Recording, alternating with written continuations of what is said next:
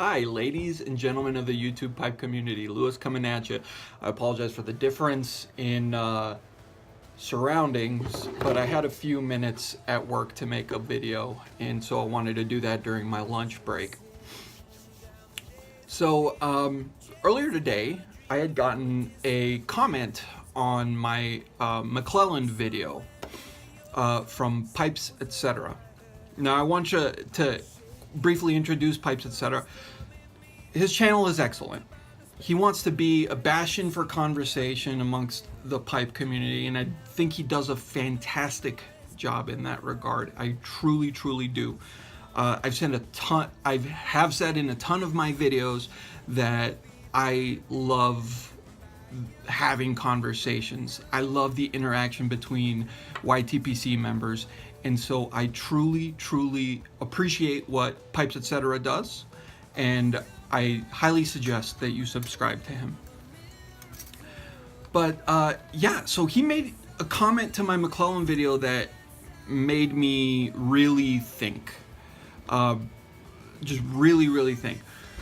And I'm going to read to you what his comment was, just to stimulate conversation.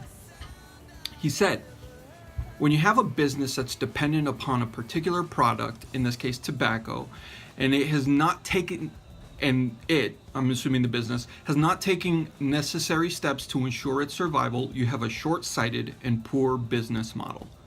How could they have built a company in a competitive and litigious market on such a bad business model?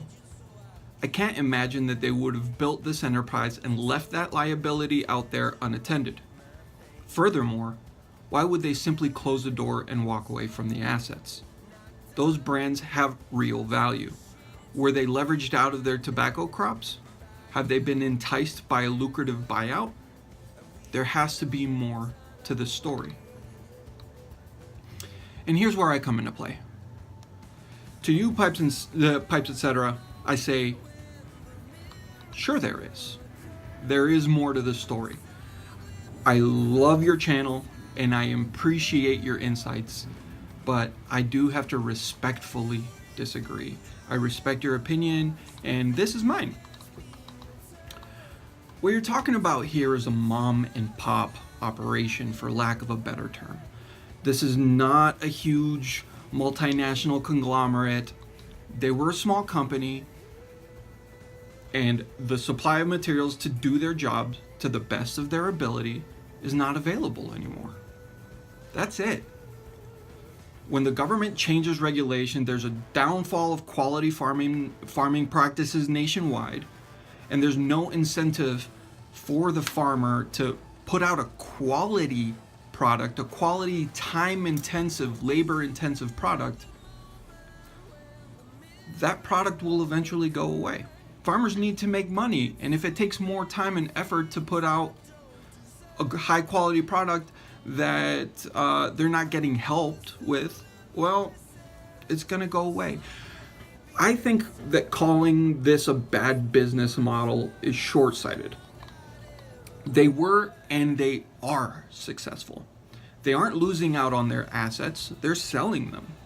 Selling everything except the name.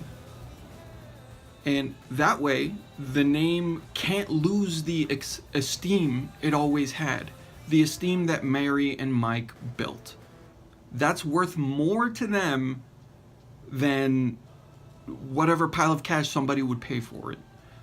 So saying that they needed to take the necessary steps to ensure its survival is like saying that a restaurateur should own multiple farms to grow all of the possible ingredients that their restaurant should use, and then ensure that global warming doesn't happen, there's no drought ever occurs, and mineral attrition in the soil is avoided, let alone caring for whatever animals, avoiding disease, etc., in order to supply their restaurant. Now, other tobacco manufacturers likely don't have the fastidiousness that Mike had when selecting leaf. And that's what made this very small Kansas City company the best at what they did. I mean, were they supposed to become a governmental lobbying group 40 years ago when they started? Or subsidize the farmers themselves? Pipe tobacco is simply an incredibly small fraction of the US tobacco industry. How could they have reasonably done that? It's like saying a pipe maker should buy plots of land in Corsica just to ensure that they have a supply of briar. It's just not reasonable or feasible. You may want to compare it to a multinational century-old company like Sutliff, which has exchanged hands multiple times, but then you're talking about using internationally grown leaf and quality that, frankly, a lot of pipe smokers consider languishing in mediocrity. Sutliff tobaccos are okay, at least in my opinion. But and it's cool if you want to choose something from Walgreens, but I know exactly what I would choose. Mike McNeil is doing exactly what he said he would do 18 years ago in that Pipes and Tobacco magazine. I just don't consider that a failure or a bad business model. I consider that intent. And so that's just my thoughts on the matter. Pipes, etc. Thank you for starting this conversation. I appreciate it. I hope that the rest of the YTPC appreciates it. Thank you for giving me your opinion. Even though I may not hold it exactly the same way you do, it is really, really important to have these conversations. But yeah, that's where we're at. Ladies and gentlemen, Lewis coming at you once again. I hope you enjoyed this video. A huge change of pace for me. Blessings and smoke rings. Ciao.